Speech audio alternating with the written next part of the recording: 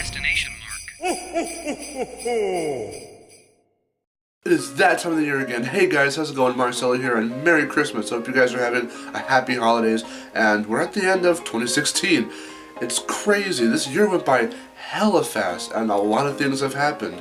So, yeah, to celebrate, all of just the end of 2016 in general, let's dive into another top 5. This top 5 came around when I was looking at my top 10s that I did of my top 10 badass boss battles list, the final boss battles, and then my first top 10 was last year's Christmas special on my favorite snow-themed levels in games. So I thought, what the hell am I going to do this year?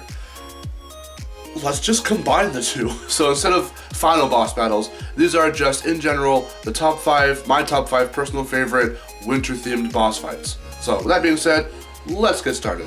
Oh, real quick before we begin, I want to try something a little different with this top 5. If you guys have seen my retrospective videos, every time I switched between games, there was like just an image and the music would kick in.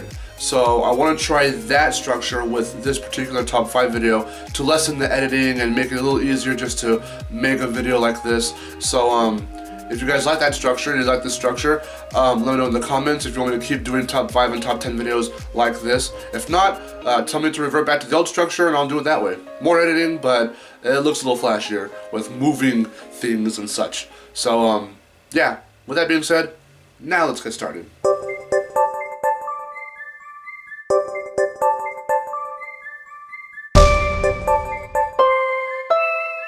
Starting off the list is Burr from Super Mario Galaxy for my number 5. Freeze Flame Galaxy is one of my favorite galaxies. I believe I mentioned this, I want to say, at some point. Did I ever mention this galaxy in my top 10 video last year? I don't remember. I might have. It's one of my favorite galaxies in the first Super Mario Galaxy game. And now, the reason why Burr is at number 5 is because he's a pretty easy boss to get a hold of. And to get used to with the way he attacks and all that, and just how to beat him in general. It's actually really cool how to beat him because he acts like one of those little ice/fire guys that kind of follow you around in those galaxies. And when you spin them, you like put their fire out if they're the fire ones, or put their ice out if they're the ice ones, and they'll bounce around until and they're trying to find either lava for the fire ones or ice water for the ice ones to gain back their power. So before they do so, you have to either just merely touch them and Mario will kick them, or spin them again to defeat them. And that's pretty much what you have to do to Burr, except on a more bigger boss-like scale where he like really tries to bounce around, make sure you don't hit him. But it's basically the same formula, and it's 3 times, but 3 times. So yeah, it's very simple, but the cool thing about it is the little trek you have to go through to get there, because Freeze Flame Galaxy is one of those galaxies where you have to scale upwards. So with that being said, you're using the Ice Flower, and you're just trying to do a combination of ice skating along the ice with the ice tiles you create, or the ice water with the ice tiles that you create, a lot of ice, and it's just going up there, and it's cool. I don't know. The one thing I want to mention though is when you get to the top, because when you're just at the top, there's one little part you have to get to, like his little mini arena, I guess as it were. You have to wall jump up to him. But when you get up to that little final part of the area for the galaxy that you're on, the planet that you're on, he starts to like throw like ice balls or like freaking shards of ice or whatever at you, and it's like, Jesus, I'm not even facing him yet, and he's still trying to he's trying to kill me. So it's really funny that he's messing with you even before you go up to actually officially fight him. So what you have to do is maneuver yourself to the side of the little structure before you wall jump, because you have to get an ice flower so you can actually walk on the ice water to go up to those 2 walls to wall jump up to him. So as you're doing that, he'll try to attack you. So it's like, Jesus, he won't even give me a break. When I first get to him, I'm not even facing him. I'm trying to go up to face him. And he's trying to kill me. But it's a simple boss battle, long story short. He's a cool boss. Not one of the most memorable, I guess. I mean, he's one of the memorable ones of the winter-themed bosses in Mario Galaxy because it was actually, I didn't know whether to do Baron Burr or Sorbetti from the second game. But Sorbetti also just kind of takes from other boss battles in general from the Mario Galaxy games where someone's rolling around, like Bowser from the first game, or was it Rolladillo, I think, from the second game, where he's rolling around and only his face is shown, so you hit there, of course, but for Sorbetti it's his big red nose, so he was okay too, but I don't know, Baron Burr is has a lot more to him, like the journey getting over to him, and then, you know, the fact that he messes with you, you know, before you even fight him, so that's why he's at number 5. Okay, I know for a fact I definitely mentioned this guy a little bit in my last top 10 video from last year's Christmas special. Number 4 goes to the Winter Winster. He's back from Wario World. Ugh, Jesus. So, he also has a very simplistic, his boss battle is very simplistic, but it's just the designs of a lot of these characters from Mario World are what you first see, and the first thing about them that sets you off. You're like, ooh, okay, that's what, I mean, you know, that's Winter Winster, and he's so freaking creepy. He's still creepy a year later, and he's still freaking creepy. But his boss fight is very simple. All you have to do is, you know, be careful with his freaking demon eye lasers, and he tries to, you know, look into your soul, and then if you actually get caught in that little gaze, he'll freaking, like, he'll dive himself into you and inflate you up, and then I think just do whatever the fuck he does. I don't know, and then he just comes right back out of you, and somehow that hurts you. It's fucking weird. I don't know. Don't ask me. I didn't come up with the boss battle. So, I don't know. I mentioned this boss last year because he was the end boss to the level Shivering Mountains, which is one of the more memorable snow-themed levels I can remember from Wario World and from games in general. So that's why it was pretty high-ish up on the list. I mentioned him briefly there, and I'm not going to talk a whole lot about him here because if you're coming from that video, then you already know. If you've played the game, you already know. If not, then all I'm going to say is either check out that top 10 down below, or play the game for yourself because it's really cool. So, what you have to do though, as you watch out for his eye beam, whatever, and whatever else, he'll drop these like molten kind of like bowling ballish things, or not bowling ball, but they've got the weird faces on them. I believe that's what it is. Because those are a type of, I don't know, object that exists in the game, but I think it could be either just like a generic little like rock kind of ball, I don't know. Some kind of ball, it shoots balls at you. So you have to grab one, and there's 4 little volcanic, you know, crater things that blow up steam. So you have to set them off with the set balls, and you have to make sure that he's caught in that blast so he can, because he's floating like on a cloud or on bubbles or some shit, I don't know, it's fucking weird. But you have to knock him down, so he'll run around like, oh shit, and then you go on over to him and you attack him. And then you either swing him around or you power drive him. So yeah, that's about, what, 4 to 5 times I think, and then he's defeated. So very simple, very cool, but I'm not sure if the environment itself, since it's in a snow level, from what I'm remembering of the arena that you fight this dude in, I'm not sure if that's winter themed. But come on, the dude's name is Winter Winster, so that's why he's on this list. And just the fact that he has a really creepy, weird-ass design. So yeah, that's why he's at number 4. Ooh, okay, number 3. Number 3 goes to the Ice King from Legend of Spyro: A New Beginning. This is the first boss you face, and I'm not sure if I mentioned this guy either in my... God, have I mentioned a lot of these in last year's video? I saw a little bit of last year's video to make sure I didn't go over a whole lot of what I went over from last year. I think it's starting to turn out that way. I don't know. But I mentioned Dante's Freezer. I definitely mentioned Dante's Freezer in my top 10 favorite snow levels because of just how eerie the atmosphere is and how unlike any other winter-themed or snow-themed level I've ever played. It's just different from all those ones. The Ice King is pretty tough. I mean, not impossible to beat, of course, but you know, he's merely the first boss in this game. but it's a tough boss. He is really tough. It's not just some throwaway like. I'm not bashing this game for this. It's one of my favorite fucking games ever, but the first Spyro game ever from Insomniac had really easy boss battles.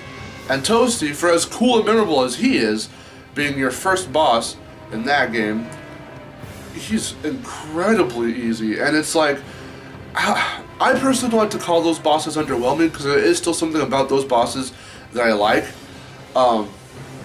I do wish, though, like deep inside, I really do wish that they did make those bosses a little more challenging. Maybe not to this degree, Legend of Spyro degree of challenging, but as a Spyro fan, this boss for this reboot showed me, hey, we ain't fucking around. These bosses are going to be really tough, they're going to challenge you, so really make sure that you strategize, not just run in head first, being like, quite literally, he has his warnings, I'm gonna fucking charge you and you're gonna die. Nope. First off, he has like 3 health bars, because they all go down pretty easily. Like the first meter goes down pretty quickly, and then like it's an orange meter or whatever that goes down a little slower. Than the red meter is like his final boss meter, life meter, so it goes down the slowest. But it's really just. I like the presentation. It feels epic, just like every other. Just like the enemy encounters in general in that game feel very epic with the music, you know, kicking up and all that stuff. This boss fight feels very epic, and it doesn't feel like it drags on. Funny enough, even though it's one of my favorite parts of the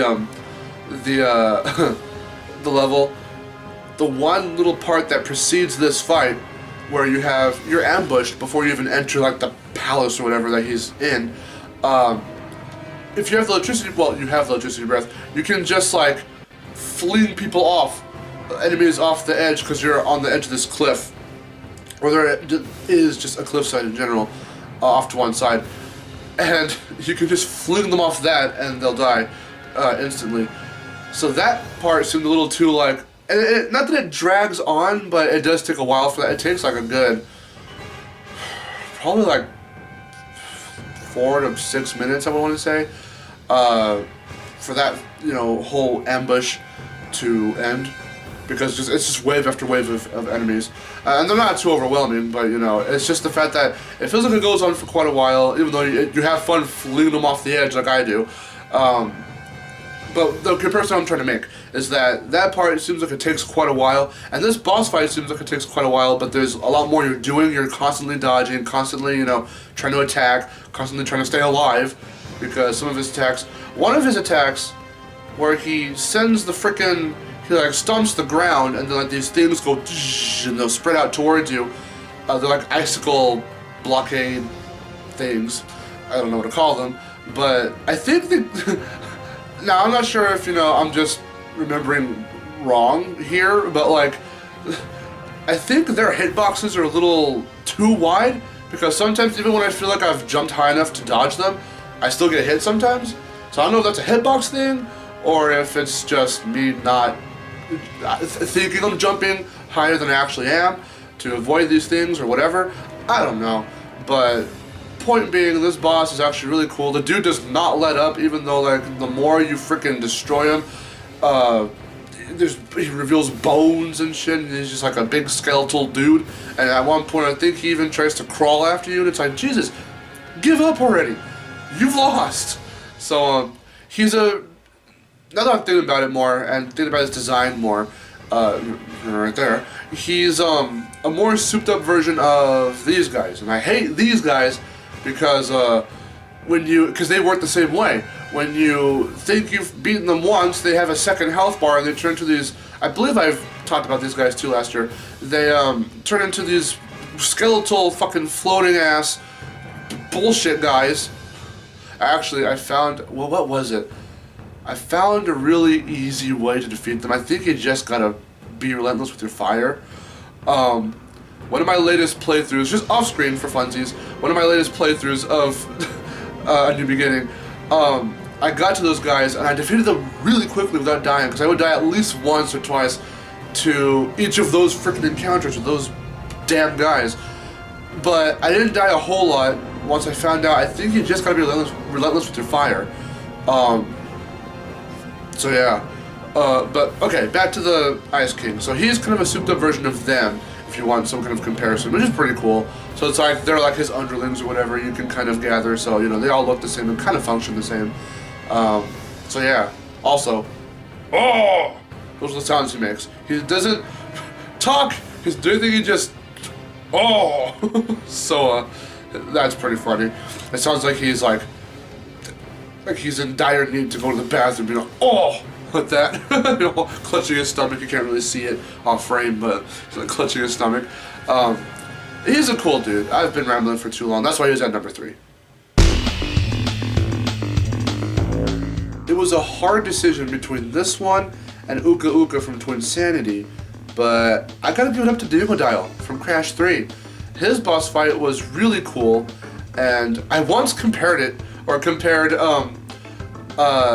your fight with, weird comparison, The Line, the character from, the old man character from the game Fury, on Trash Talk once, to Dingodile, because they start off very similar, or at least the Line's fight starts off very similar to Dingodile's fight, where he's got these 3 blockades circling around him, and you have to find a way. Now, with Dingodile, you have to find a way to. You know, he is trying to flame you with his flamethrower, so you have to make sure you don't get hit, and you're making him smash through his own, you know, crystals of ice or whatever they are that are circulating around him.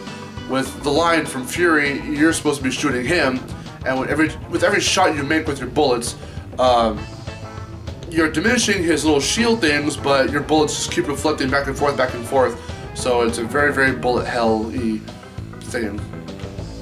Enough of the Line now. Let's talk about Dingodile. So, Dingodile this was his introduction, you know, this was his first game, it was Crash 3, and besides Twinsanity, you don't really fight him again. Oh, and well, there's also, I think the DS version, or the Game Boy version, or both. I think it's the DS version of Crash of the Titans. He's in there, voiced by Nolan North. He does pretty okay. He actually makes a pretty good Dingodile, I guess. If they needed someone for the remasters, seeing as I guess they're going to be, you know, replacing pretty much all of the original voice actors, I have to kind of say a little bit of, you know, I believe his name was William Hootkins? Someone or other Hootkins. I'm forgetting his name, and I deeply apologize I'm forgetting his name. But his name's up here. He passed away some time ago, and he was the original voice of Dingodile, so may he rest in peace. He was an awesome voice actor. I don't know if he did anything else outside of Dingodile from Crash. I don't know if he did anything else voice acting wise. I guess as this video goes up, I'll have already known, I'll have checked out due to curiosity his IMDb page. So yeah, I don't know if they're gonna get Nolan North to, you know, be Dingodile's voice in the remasters, or if maybe to pay homage to him, they'll just maybe that will be the only character they'll lift the voice for the Warped remaster. I don't know, but Dingodile is a cool character, and this was I'm talking way too fast. This was his introduction, and the boss fight's really cool. It's 3 hits, you know, pretty much the standard, except for, like, I was gonna say for every boss fight in that game, except for fucking Engine, but whatever. 3 hits, pretty simple to, you know, get a hold of, and it goes by really quickly, but it's really cool. So I really like it. There's not a whole lot to say about it besides he's a cool dude. His voice actor was really cool. So yeah, that's why he was at number 2. I don't think I mentioned this boss fight anywhere else on my channel. I know for a fact I did mention it when we reviewed Pac-Man World 2 for Trash Talk, but Pinky, Jesus freaking Christ. The music, let's just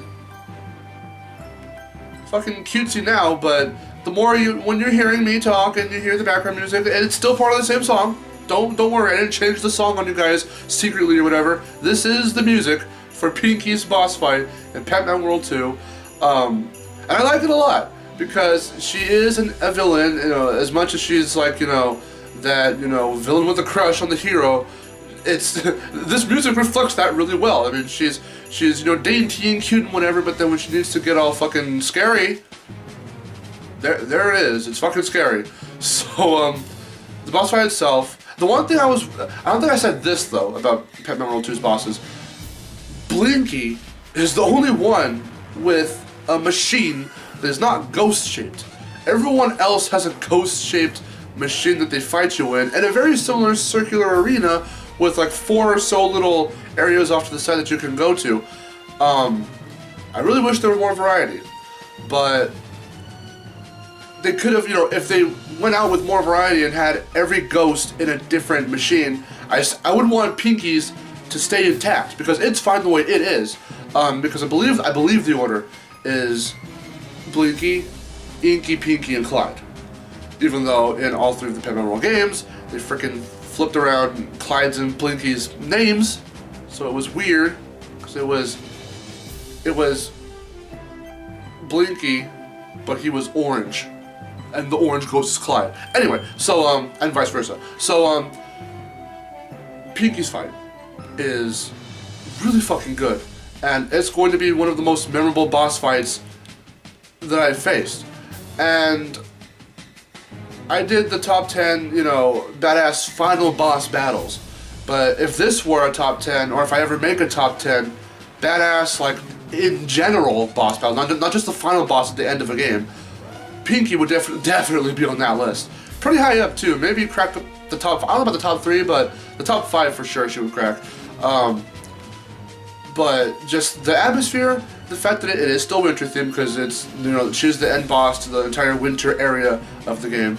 The implications of just how she is around Pac-Man and Austin, what she says to him, and just how creepy it can get, how fast it can get creepy. I don't know. It's very memorable in that regard, and like I was saying, if they did end up going a different route with the other 3 ghosts, since Blinky's the only one with a fucking frog bot or whatever, a different machine that's the shape of a frog for some reason. If everyone else had different, I would at least want, you know, Inky and Clyde to have different machines. They can keep Pinky's the way it is, because that boss fight is just, it's fine, it's okay the way it is, and I wouldn't change anything about it. It's good. It's really good. So, not a lot to say about it, but it's super memorable. If you have not played Pac-Man World 2, what is wrong with you? If you have a PS2, if you have a PS3 that plays PS2 games, I don't know if they have it on the emulator or whatever is for the PS4, but however you can get your hands on this damn game, or if you have a freaking GameCube, it's on GameCube as well, get this game. It is a really fun game. I don't think it's for Xbox. I'm not too sure. I know it's definitely for PS2, that's the version I have, and it's also for GameCube.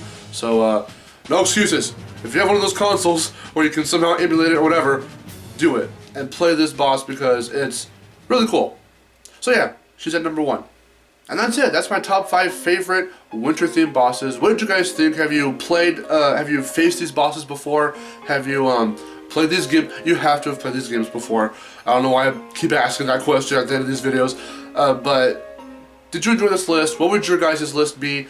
Let me know in the comments what your guys' top 5 favorite winter-themed bosses are, because it was actually kind of hard to create this list. I couldn't really think of a whole. I could think of some of them, which were the ones that ended up here, and other ones that I was thinking of, I was like, I don't know, maybe like Sword Betty was going to be on here, Uka Uka was going to be on here from Twin Insanity, and those bosses are still pretty cool in their own regard, especially Uka Ukas. I like Uka Ukas. It's just that Dingodiles, you know, for that number was a little more memorable. It was one of the first winter-themed boss battles I remember, you know, having against any one villain from a game. So, yeah. I don't know where else to go from here. I'm gonna go. What do you guys think? Let me know in the comments below. What are you guys' favorite winter-themed levels? Or, sorry, that was last year. Winter-themed boss fights. Jeez, I'm all over the place. I'm excited. It's fucking Christmas. Can you blame me? Red and green. There we go. Representing. I'm Marcelo. I will see you guys later. Disclaimer. Other secondary structure. Yes, a lot of thoughts are coming to me right now. The video's not over. What did you guys think about this structure? Let me know in the comments below. That way I can either change it if you guys prefer the old way I used to do the top 5s, or if you prefer this new, kind of quicker way, I'll do that. It'll be easier on me, and if you guys like it, then cool. But also, so I made this video facade over. It's not Christmas. What at the time of me? It is not Christmas time here because I filmed this way ahead of time. The reason why I did that is because the editing software that I've been using, Adobe Premiere, our little thing ended. It wasn't a trial, but I was using a trial, you know, at the time of editing this video. So, I don't know, things are gonna be a little weird for a while. In some instances, it might even come down to the way I used to do like those quick coming at you kind of videos where there was no real editing, everything was one take, and there was no music. And with that being said, since all of that was done before my opening, you might not even see my opening sometimes, my little intro. So, and the thumbnails might become a little more simplistic. That's all because I have to find out now about doing trial things and doing, you know, whatever else. I don't still really have much money to pay for a steady, you know, account. So I'm trying to do trials and stuff until I can find out something else. But, yeah, so just to let you guys know, a little heads up. I might still be doing live streams. I might start live streams again very soon. If at the time of this recording I haven't done any already before this video has gone up. If I haven't done any, then starting in 2017, I'll be doing hopefully some more live streaming because I haven't done any in a while. And I owe you guys a lot of freaking games that I have to play, like Conquer, like Shantae, like Crash of the Titans, like finishing Skylanders, Spyro's Adventure, like finishing Ninja, like finishing fucking Enter the Dragonfly. There's a lot. There's a lot. On top of the ones that I want to do that are not any of those. So, if I start live streaming again very, very soon, you know, in 2017, then 2017 will be the fucking year of live streaming for me because I have a lot that I want to do and we can interact and all that stuff. So, yeah. I'm Marcelo. I'm finally ending the video. I will see you guys. I don't blame you if you freaking left already. But this is important, and I'll probably be tweeting about it so that way you guys can know, you know, what's going on. So, yeah, I'm Marcelo. I'll see you guys later. Merry Christmas, Happy Holidays, Happy New Year. I will see you all in 2017. Take care.